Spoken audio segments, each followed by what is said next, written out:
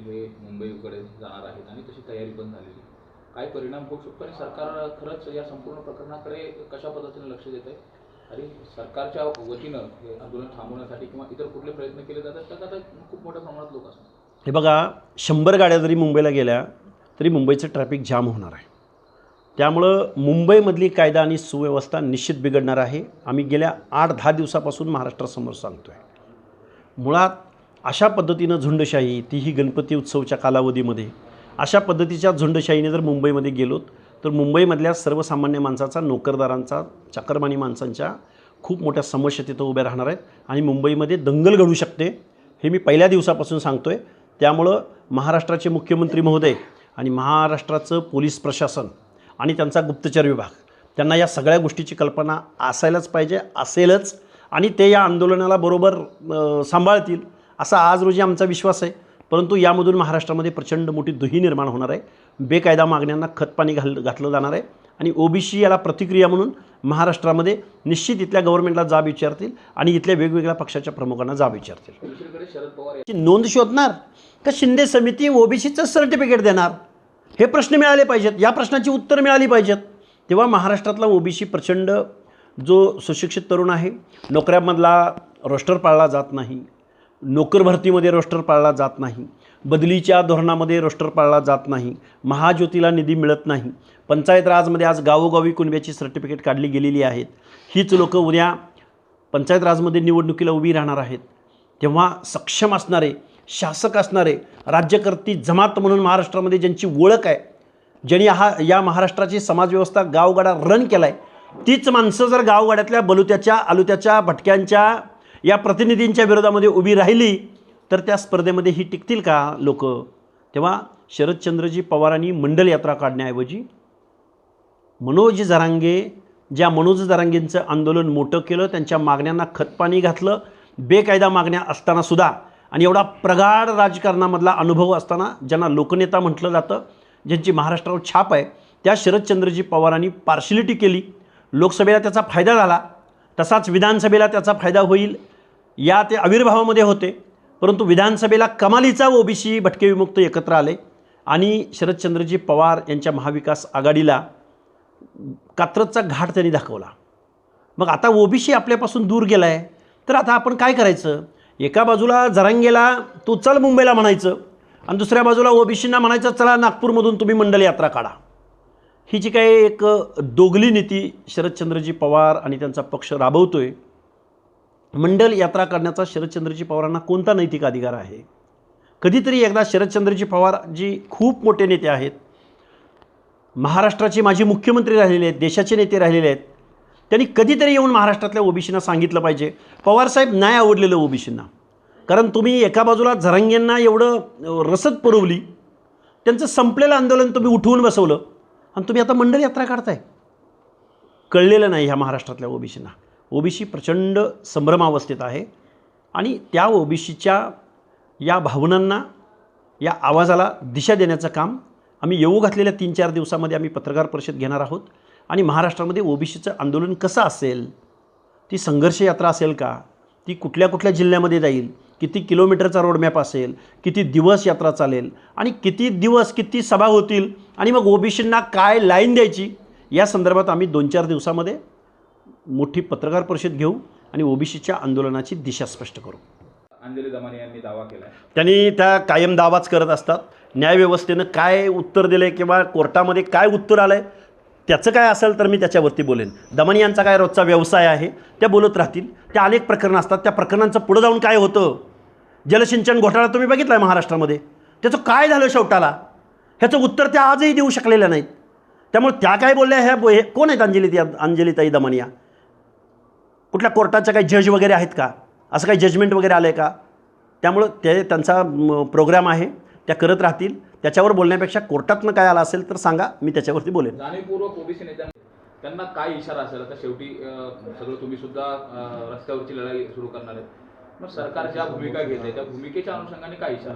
माझं गव्हर्नमेंटला, महाराष्ट्राच्या मुख्यमंत्र्यांना, 2 उपमुख्यमंत्र्यांना आणि महाराष्ट्राचे विरोधी पक्षनेते राहुल गांधी म्हणतात जातनिहाय जनगणना झाली पाहिजे. राहुल गांधी म्हणतात ओबीसीला आम्ही गेल्या 20 वर्षात समजून घेतलो नाही, चूक झाली. त्याच महाराष्ट्रामध्ये या महाराष्ट्रातल्या काँग्रेस नेत्यांचा ओबीसी बाबतची काय भूमिका आहे? जरांगेंना लेखी पत्र देणारे जालन्याचे खासदार, या महाराष्ट्रामध्ये जरांगेंना रसद पुरवणारे, फ्युएल पुरवणारे, जरांगेचं आंदोलन मोठे करणारे राजेश टोपे काल कुठल्या अधिकारानं त्या मंडल यात्रेत सामील झाले? तुम्ही पडला म्हणून तुम्हाला ओबीसी आठवला? कशामुळं? काय आहे बीडच्या खासदारांची भूमिका? त्या मंडल यात्रेत सामील व्हा आणि बोला की ओबीसीच्या हक्क अधिकाराला धक्का लागता कामा नये. करावं बजरंग सोनवणेंनी जाहीर, राजेश टोपेंनी जाहीर करावं. तुम्ही मनोज जरांगेच्या तर बाजूला राहा, नाही तर ओबीसीच्या तर बाजूला राहा. तुम्ही कसं काय दोन्ही बाजूला राहता राहो? लेखी पत्र देणारे तुम्ही जरांगेंच्या आंदोलनाला जाऊन, आणि आज तुम्ही मंडल यात्रा काढताय. मला वाटतं हे ओबीसीच्या तरुणांना अतिशय चांगल्या पद्धतीनं कळून चुकलेलं आहे.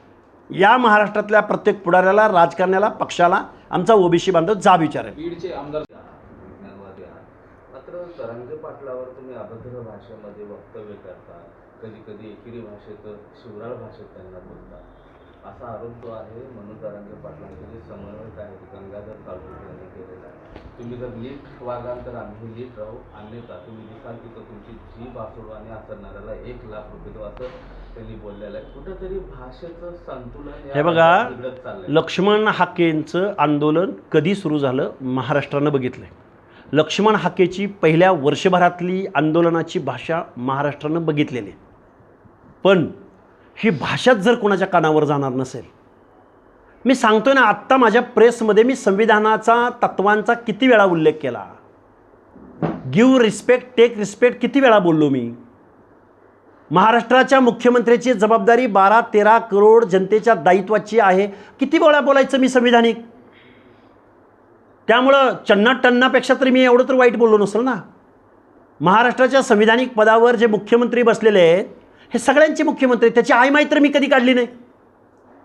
त्यामुळं ज्यांनी काचेच्या घरात राहायचं आणि दुसऱ्याच्या घरावर दगडफेक करायची, असं ते त्यांना एका वाक्यात माझं त्यांना उत्तर असेल. ओबीसी आरक्षणाच्या एक मिनिट. मात्र ज्या पद्धतीनं हे भाषा युद्ध चालू आहे हे कुठंतरी थांबलं पाहिजे का? अशा पद्धतीच्या अभद्र भाषेला लगा मारला पाहिजे का? जीव कोसळणं आणि बक्षीस जाहीर करणं हे कुठं चाललं? बक्षीस जाहीर करावं, त्यांनी आमचा जीव घ्यावा, आम्हाला गोळ्या घालाव्यात.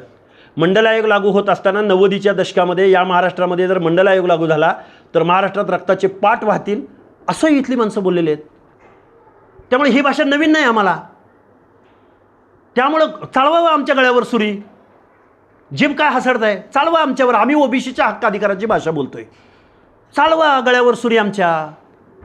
आम्ही तयार आहोत. मी आता विदाऊट पोलीस संरक्षणाशिवाय मी बीड जिल्ह्यात आहे. आता बीड शहरामध्ये प्रेस घेतोय. मी जीव आपल्या हातात घेतलाय.